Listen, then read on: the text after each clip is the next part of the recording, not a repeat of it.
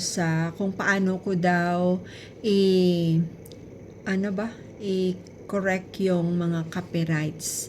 Yung ginagawa ko lang is kasi meron naman tayong email sa ating email account na nilalagay natin sa ating YouTube kung meron tayong copyrights. Kung meron tayong copyrights, the best way na pupuntahan natin or yung gagamitin natin is yung ating computer para easy natin siya magawa. Unlike sa handphone, meron din sa handphone pero yung pag nag-notify siya sa iyo dyan, yun lang mapupuntahan mo. Hindi mo makikita lahat ng mga kung ano yung may mga copyrights na meron ka, 'di ba? Yung i-click mo lang doon pag nasa handphone ng notification is yung video na lang taga na meron siyang copyrights. Pero pag sa laptop, at least makita mo lahat yung mga contents mo na meron siyang copyrights. So tara, turuan ko kayo kung paano ko to gawin. Kasi easy lang, mag-login ka lang sa computer mo and there you go. It's easy as 1, 2, 3. So tara guys, samahan niyo ako. Let's start. So, dito na tayo ngayon. Sa ngayon, si YouTube is nag-autoplay na siya ng mga videos na kung anong nakasalang dyan. So, ito yung aking YouTube channel. So, i-click ko lang yung YouTube Studio. And then, makikita mo na dyan lahat. Ito na yung kabuuang channel natin. So, punta lang tayo ng ating content. So, meron akong 10,437 followers. So, little. But anyway, still growing, diba? So, punta lang, i-click lang natin yung ating content. And then, ito, mayroon pa siyang actually na ano tawag din nito, na copyrights. Gagawa ko lang daaday. So, i-check na natin kung mayroon, kung maito-turn on ko na yung kanyang button. O, siya, okay na siya. So, ini-next lang natin. And then, okay. So, everything is okay. Wala na tayong problema sa content na to. So, i-submit lang natin siya. So, yan na, nakauna yung atin dollar bottom. Kasi, nung in-upload ko to talagang pulang-pula talaga to yung dollar sign niya kasi meron po akong copyright na music. Pero hindi ko siya dinelete. Instead, pumunta lang ako dito sa laptop ko at saka ginawa ko siya. So, turuan nyo kayo kung paano. So, dito bababa tayo. Ito, hindi ko pa to tapos kasi I think yung video ko yung may problema dito, hindi yung aking music. So, baba lang tayo. Hanapin lang natin kasi sobrang napakaraming aking video na. At saka, I think nasa dulong-dulo na lahat ng aking mga copyrights. Wait lang guys. Pakita ko lang talaga sa inyo. Okay, hindi pa rin. Wala pa rin nakashow dyan na red na dollar sign. So, hanap tayo. Ito na meron na siya. So, dito is pickled prawn. I-click lang natin, o hindi natin i-click. Ilalagay lang natin yung cursor natin sa copyright. At saka mag-highlight siya dito ng copyrights mo. Copyrights protected content found. The owner allows the content to be used but you can't monetize your video. So, i-click lang natin yung see details. So, ayan na siya. So, ang sabi dito, the video can't be monetized. The copyrights claims on your video don't affect your channel. This is not a copyright strike. So, hindi lang tayo makahanap na, hindi lang tayo maapektuhan yung ating channel dahil copyrights lang naman siya at saka, di ba, hindi siya maapektuhan. So, ito, i-scroll up lang natin ito. And then, meron na tayong option dito sa baba. So, yung sabi dito is, naka-red yung ating dollar sign dahil meron tayong copyright sa music. So, yung music ko is KLM. Gustong-gusto ko tong music na to. Pero, sa ngayon, nung una, okay pa siya. Pero ngayon, binigyan niya na ako ng hindi. Kasi lahat ng video ko, mostly, ito talaga yung nagbibigay sa akin ng red dollar sign. So, dito tayo pupunta sa take action. So, dito, mayroon din siyang option, erase song, replace song, or trim out segment. So, sayang naman yung iti-trim out natin yung segment natin, di ba? Or mag-dispute ka. So, wala namang problema dito kung ano yung pipiliin natin. Pero yung sa akin ay always erase song or replay song. So, I think it's better to replay song. So, punta tayo sa replay song. I-click ko lang to siya. Kahit saan, pwede nyo siya i-click. And then, i-click lang natin yung continue button. So, pag na-click nyo na yung continue button, labas na yung video nyo at saka yung option dito na tracks. So, itong all tracks na to is yung binigay niya sa ni YouTube na music na pwede mong magamit sa video nyo. So, ito yung may mga copyrights ko. Actually, yan, yung mga yan. Kasi, naiano ko na to nagawa ko na yung mga, dati kasi pwede kang gumawa ng ano tawag nito, yung ads mo, di ba? Pwede mo siyang padamihan, pwede mo siyang paliitin lang.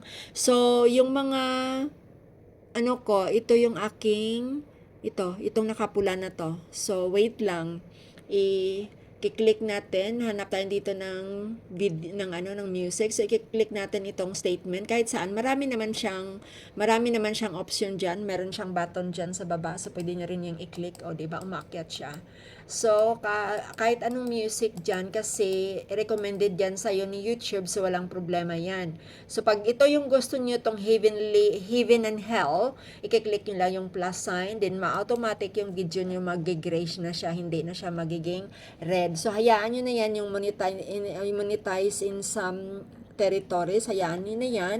So, ayan na, nag-show up na sa inyo yung save. So, i-click lang natin siya yung save, and then i-acknowledge nyo lang yung, and then i-click nyo yung confirm changes. So, ayan na, okay na siya. So, antayin lang natin, mag-i-X yung button niya, and then you need to wait a day or two, pwede nyo siyang balikan at saka i-check ulit.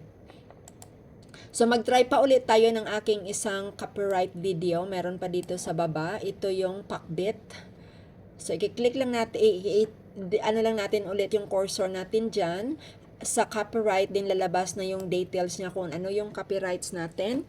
So, dito, same thing yung problem ko, diba? So, i-scroll up lang natin. So, same pa rin yung problema ko is KML. So, i-take action lang natin siya, and then i-replace ko lang din yung song, and then i-continue pa rin natin. And then, lalabas na yung kanyang option ulit. So, tingnan natin. So, same thing pa rin. Ganun pa rin. So, try natin yung ibang music. I think Hall of the Mountain. So, i-click lang natin itong plus. And there you go. So, nagtuturn into gray na siya. And then, isi-save lang natin yan. I-acknowledge and then confirm. And there you go. So, yun lang po, guys. Okay. So far, wala na tayong copyright dyan. Ang tagal ng aking internet. So, check ulit natin kung meron tayong copyright dito. Meron pa tayong copyright dito. Family Reunion Part 2. So, ito, si details. So, baba ulit tayo kasi same din yung aking problema. So, same din na music kasi yan ang ginagamit ko lagi as what I've told you. So, take action, replay song, and then continue. So, ayan na siya guys. Nag-highlight siya in some areas. Siguro nailagay ko siya sa kung saan dyan, pero nag-highlight siya in some areas. So, it's the same thing. Hanap din ulit tayo ng another song. If I Had a Chicken, try natin to. Pwede nyo rin naman na i-play pa tsaka pakinggan, pero hindi nakamute yung computer ko. So, hindi natin marinig yung kanta, or we can push it up. There's another What You Gonna Be. So, I think try natin to kasi parang maganda sa title pa lang. So, ayan na guys, nakikita nyo, nagigray na yung nagre-red kanina. So, isi-save lang natin and i-acknowledge and then confirm. And then, i-close lang natin ito. Babalikan lang natin yan in some other day. Ito guys, meron akong isang content na kagagawa ko lang. Same problem din ako is KML. Pero, diniretso niya ako sa pag-i-edit ng pagsusort out ng aking copyright. So, binigyan niya ako ng 19 minutes. na i-wait ko siya, hindi ko pag i-close kasi yung sabi dito, this process might take a while, you may leave this page and check back later, will it update and viewing or monetization restriction after the changes have been processed. The video will remain in its current state until this process is complete. So, minsan, wini-wait kanya, minsan binibigyan kanya ng few seconds lang. So, pwede mo naman to siyang i-close, so pwede naman aantayin mo, 'di ba? So, ganun lang guys, ka-easy, 'di ba? Ganun lang para mawala yung mga red dollar sign natin. No harm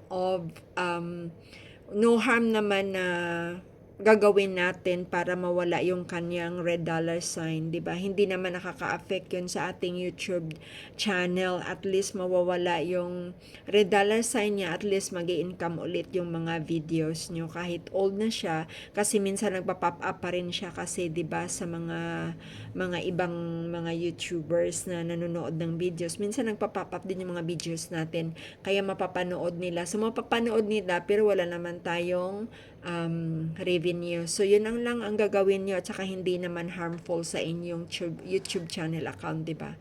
So, ganyan lang. Antayin ko lang hanggang matapos yan kasi 17 minutes lang naman eh. 5 minutes left. So, antayin na natin.